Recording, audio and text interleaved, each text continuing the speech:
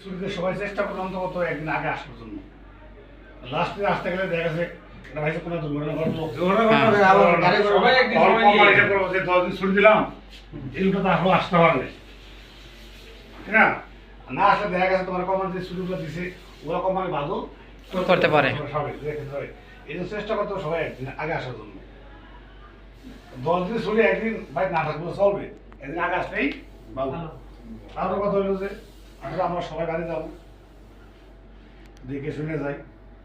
আর বাপ মা আছে, ভাই বোন আছে, কারো ছেলে মেয়ে আছে, সব কিছুই আছে। এমন কোনো রিক্সে যাওয়া যাবে না যে একটা দুর্ঘটনা ঘটে। ঘটে। তাড়াহুড়ো নাই। ঠিক আছে, আজকে না যায় কালকে যাইবা, সমস্যা নেই, আমিও কালকে যাবো। আসলে তাড়াহুড়া করে যাইয়া একটা দুর্ঘটনা ঘটিয়া পুরো একটা ফ্যামিলির বিপদে ফেলাটা কোনো, তারপর বিপদ হইলে এটা আল্লাহ পাকের ইচ্ছে। আল্লাহ পাকের ইচ্ছে। আমার তো সতর্ক থাকতে হবে নাকি? হ্যাঁ। তারপর হলো যে কাজের ফাঁকা সবার সময় কথা বলি, দিন শেষে তো অনেক কথাই বলি, আবার কে ভালো কে ভালো বলা যায় না এবার এই গালায় করে যদি মনে করে দাবি নিয়ে ঘুরে যায় তাহলে আল্লাহ এটা ক্ষমা করবো না। না না, কাজের ক্ষেত্রে ওটা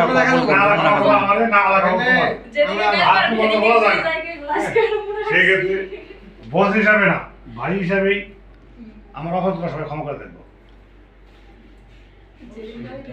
বুঝতে পেরেছি, বস হিসাবে না, ভাই হিসাবে, বড় ভাই হিসাবেই অপরাধ যেগুলোই করছে করছে, হ্যাঁ অন্তত এগুলো সবাই ক্ষমা করে দেখবো।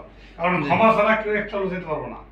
তোমার প্রতি আমার কোনো রাগ নেই, আমার প্রতি তোমার কোনো রাগ নেই। জি বস। যতটুকু করছি কোম্পানির সাথে করছি, কোম্পানির কাজ করছি। আমার জায়গায় তুমি লোক করতে, আমার জায়গায় তুমি লোক করতে। সবার কাছে রিকোয়েস্ট হলে নেই, কেউ মনে কোনো কষ্ট নিয়া, আমার দাবি নিয়া, তোমার আমার রাগ নিয়া এখান থেকে না যাওয়াই ভালো। কে আমার সবাই ক্ষমা করছো?